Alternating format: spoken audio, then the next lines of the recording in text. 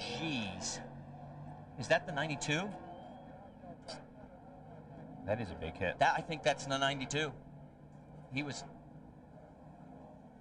Oh, man. Yellow's out. It better be. Is the window net down? He's moving.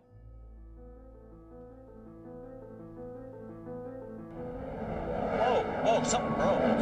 Something broke in the car. Oh, my God.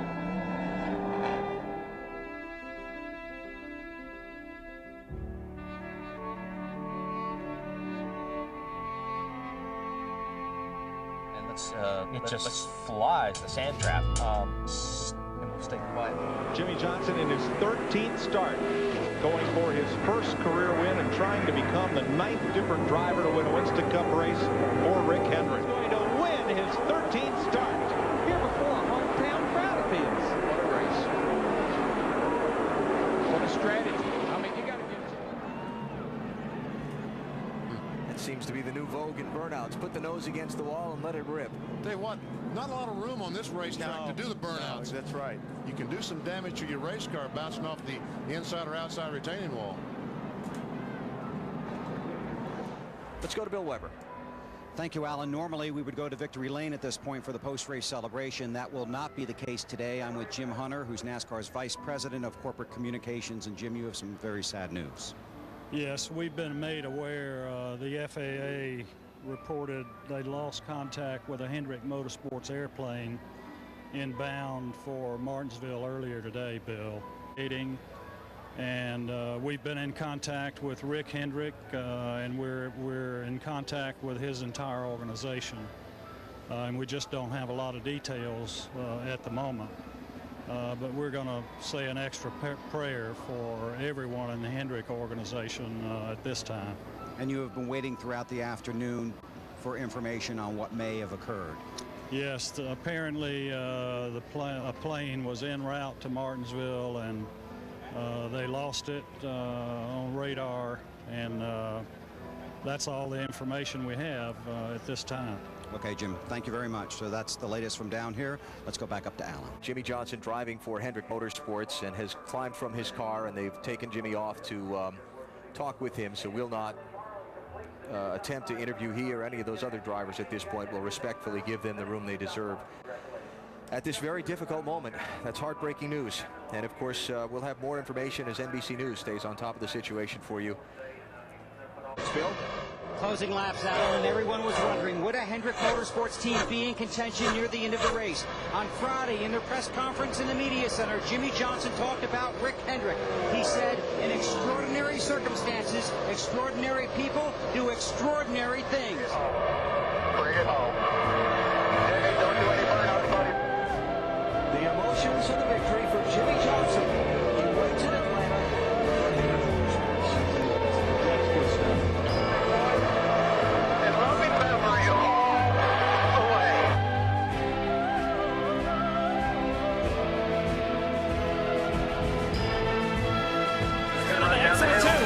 Gonna close to you, coming to you inside. Has the preferred line now to the bottom of the track. Can he complete the pass? He does. Jimmie Johnson in front of Texas.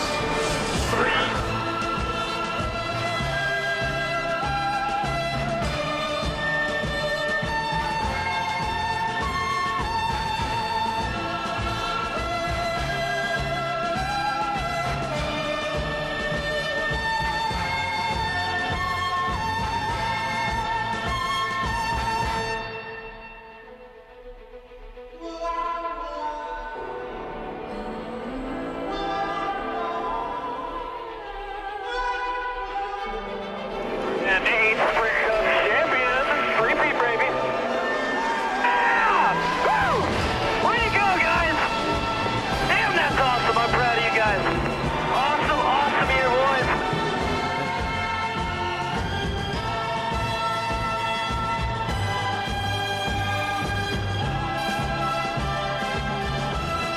And if you don't think he's going to be one of the greatest, You're looking at the 5-time champion. You're looking at him.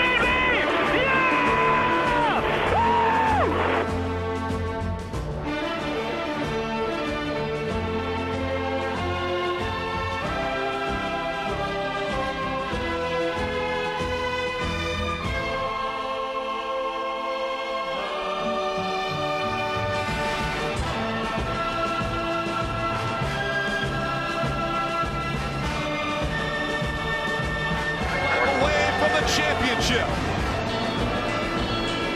Jimmie Johnson through 3 and 4. Make room. Richard Petty and Dale Earnhardt. There's another 7-time champ.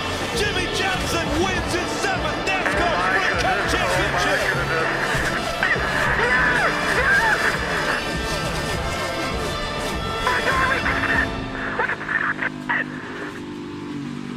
You are looking at 7-time champion. I spent some time trying to study up for this night, and fortunately could find Dale Earnhardt's acceptance speech. I took a quote from his speech from the person bringing him to the stage in 1994 after he won his 7th. He quoted Dale as saying, "I might have won as many championships as Richard Petty, but he will always be the king." I completely agree and must say, I might have won as many championships as Richard Petty and Dale Earnhardt, but I will never be the king or the intimidator. I'm just a guy from California who always wanted to race. Thank you all. Have a great day.